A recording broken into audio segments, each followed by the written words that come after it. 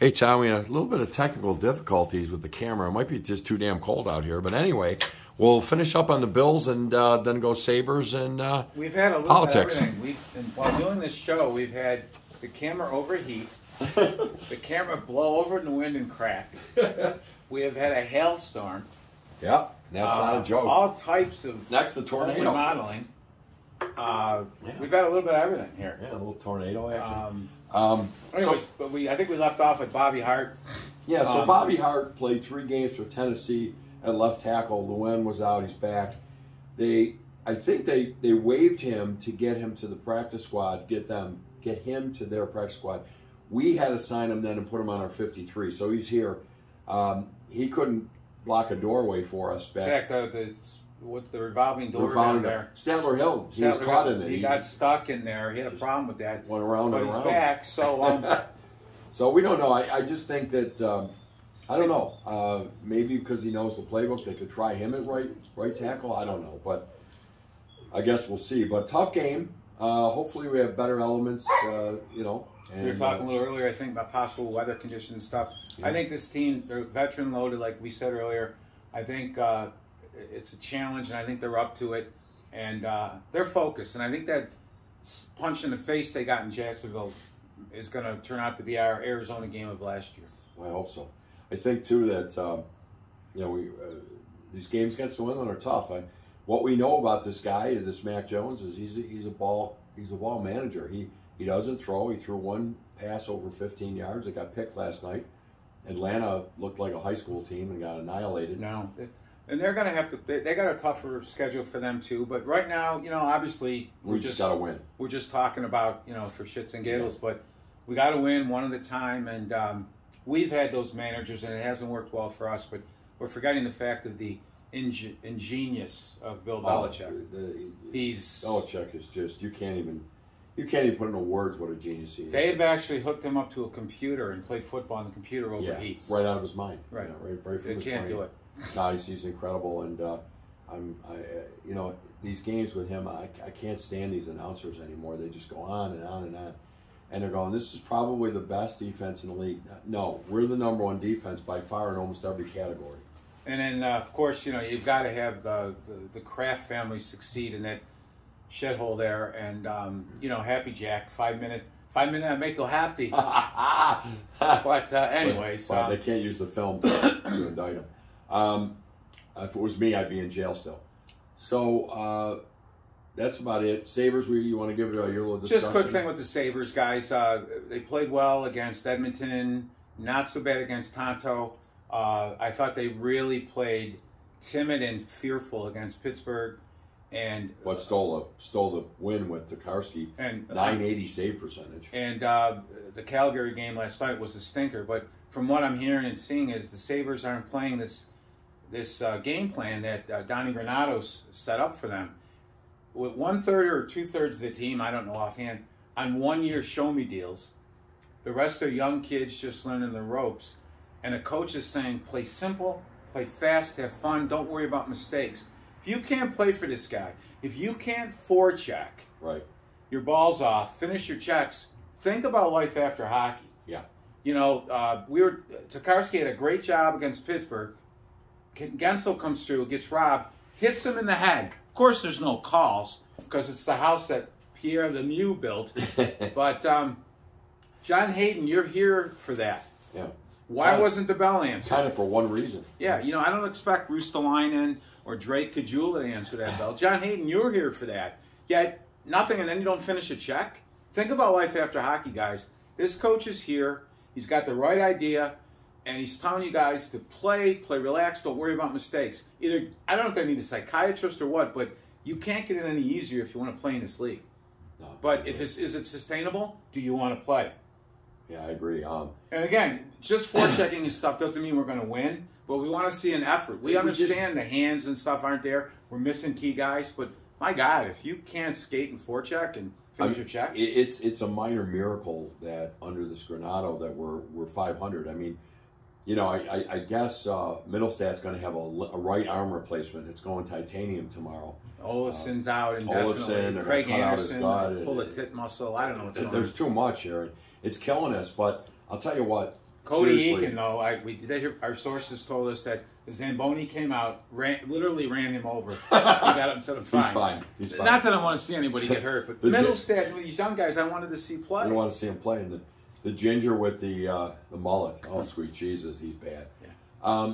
In any event, the Sabres are hurting. The 4 guys out right now are really, we don't have an NHL lineup right now. But you know what? To be 500 under this guy Granato, but then, go out and kind of disrespect him by playing that last night. We have a lot of the same type of player. Right. And we're missing some guys. And some of our guys that are going to lead us, skilled guys, are in Rochester or in the juniors and undrafted yet. In college. Yeah. But hope is coming. But for you guys, it's your chance to show what you got.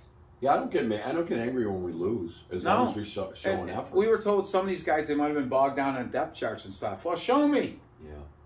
That was a bad game. 5 tap-in goals. Just empty nets. Oh, my God. But anyway, the Sabres, we do have some guys, Tom, we want to give a quick update on some of our players down in Rochester. Quinn's playing phenomenal. They love him down there. He's 19, but they say he's 30, the way he acts, his approach to the game, his studying, his ability to take criticism. J.J. Paterka is just unbelievable. He loves playing hockey. A lot of Samuelson's playing very well. Peyton Krebs is down there now. They say they put Krebs on the line with Quinn. With those 2 guys. Paterka, moved Sean Malone to another line, but Malone was doing a phenomenal job with them. They really want a playoff run, a Calder Cup run with that team. Yeah. And so they can kind of learn, kind of like the Sabres of the Gaustad, Ryan Miller era. Yeah. Derek Roy, all those guys grew up together in the AHL.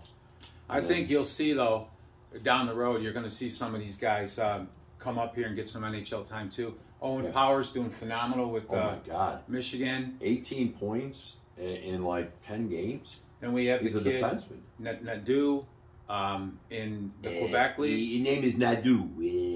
He had lots of goals in the Quebec League. And he's doing very well. A couple of Russian guys that we drafted are doing very well. So hope's coming. Not all those guys. How's the Jewish Swede doing?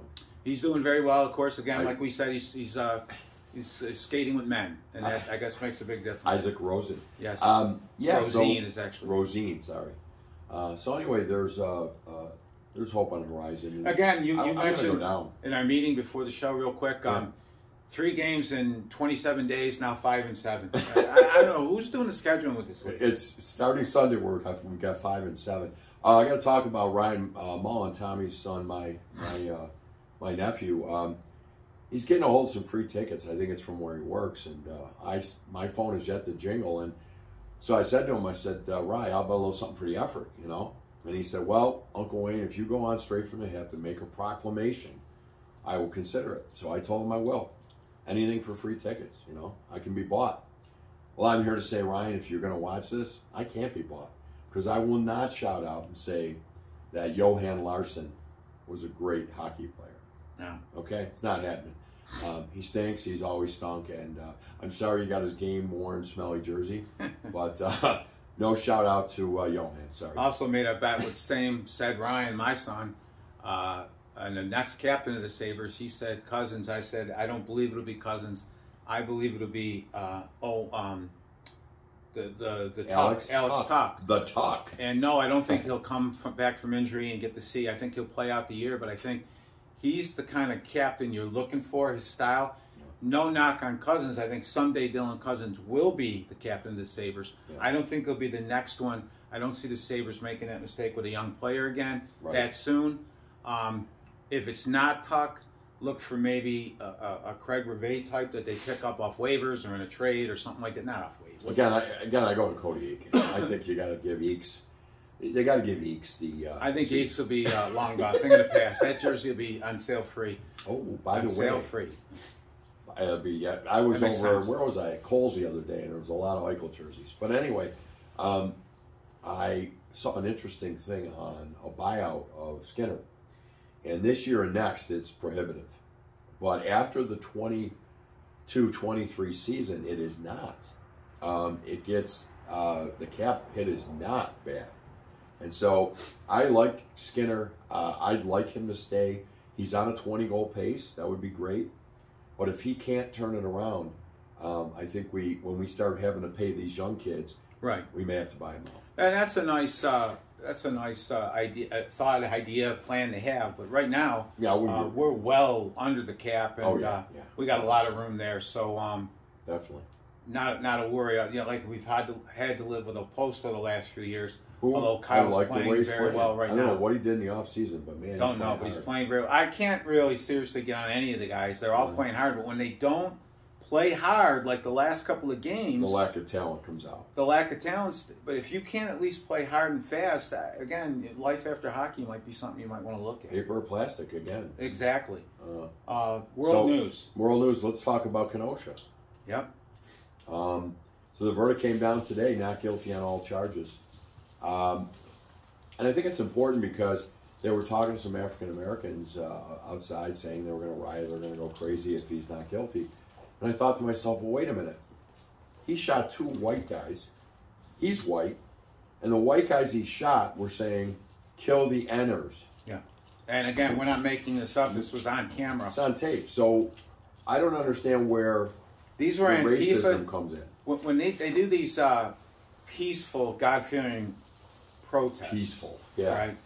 All the shit comes. Burning dumpsters. The bricks are dropped off, and all the crap's dropped off. People fly from out of town, and all this bullshit happens.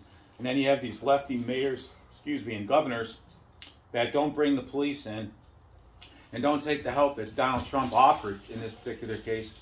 You create this situation, right?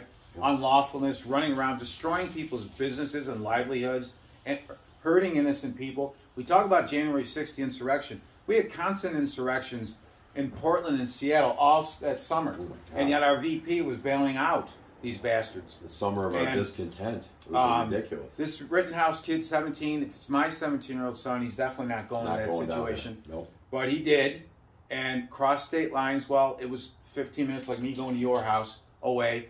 He did not cross state lines with a gun. That was a lie by a congresswoman, Presley, who came out and said he crossed state lines. She was lying and wrong. The gun was at his dad's house. The prosecutor didn't realize his dad lived in Kenosha. Now, the kid went there, was doing a lot of good things, a situation he shouldn't have been in, but that whole situation shouldn't have been happening either. First place. They were going to kill him. And God knows who else they hurt. And in this case, the good guy won. And in this case, the jury in Kenosha got it right, even though they were threatened. MSNBC had a guy in there to film them, to harass them. This is what this country's turning to. This kid was a 17-year-old kid that people wanted put in jail for life, yet we're letting rapists and shitheads out of prison because of skin color. Yeah. And Warren was out the other day, and she said she's so smart. People of black and brown are being incarcerated for marijuana sales, and it's got to stop. I don't know too many people in Wendy that are doing life for marijuana sales. No. Okay, Elizabeth? Yeah. Okay? They're throwing piss and shit at COs. All right? They're throwing piss and shit at COs. Yeah, it's appalling. It's appalling what's going on. And to me, the kid should have been found innocent. The guy that he killed was sodomized a young kid more than once. Yeah, it's... The other guy beat up his girlfriend, domestic abuse. They did time.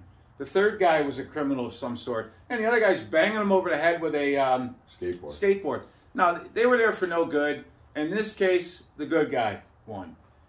I would like to interject, and we'll go back. I think her name is Alexis St. Pierre or something. Anyway, she's a Republican. She's a right wing. And Omar came out and chastised her personally, basically calling her a tramp, a woman that likes to get a lot. And she came back with, on Twitter, your legs are open more often than your southern border. Yeah. By the way, to her brother. But no, what's happening here is the respect and dignity is leaving. And it used to be Democrats and Republicans where you needed both to offset it. Now it's just, it's hatred. And I agree. On the Republican side, they go too far too with, no matter what somebody does wrong, if he's Republican, it's okay. That stuff's all got to stop. No. And, I agree. And this guy up in Lewiston, he lives, him and his mommy and daddy, they probably own the country club, and they had this mansion up in Lewiston, and I think he was a senior in high school. He raped 4 girls at separate parties there. They brought him to court. He got indicted, and this liberal piece of dirt judge, there was no jury, gave him probation. Now, we wonder why these poor women don't want to come forward when they're assaulted. Are you kidding? Probation. Remember, speaking of ginger? That's my daughter? Oh. Remember the ginger in, I think it was Lockport, Batavia, that grabbed a little kid, sodomized him, and banged his head over with a rock, killed him? Yeah. He's being released under the new liberalism in New York State. Build back better. And to me, Kathy and Cuomo before you, let them live in Albany. Let these all these illegals that are coming over that we got to give all this money to and stuff. Let them live in Wilmington, and in Albany, and in Botoxi's backyard. Yeah, bring them to your street. You're wrecking our country's being wrecked with socialism. Build back better and bigger and better from the inside out. All this crap they're telling you about tax the rich. Well, in the deal, y'all, they're giving. Are you doing y'all again? Money to illegal children. On a yearly basis, right? Sure. Free money to them. What do they got to do there in that? And that's not going to entice more people to come. Sure is. And the salt tax thing is back in the blue states.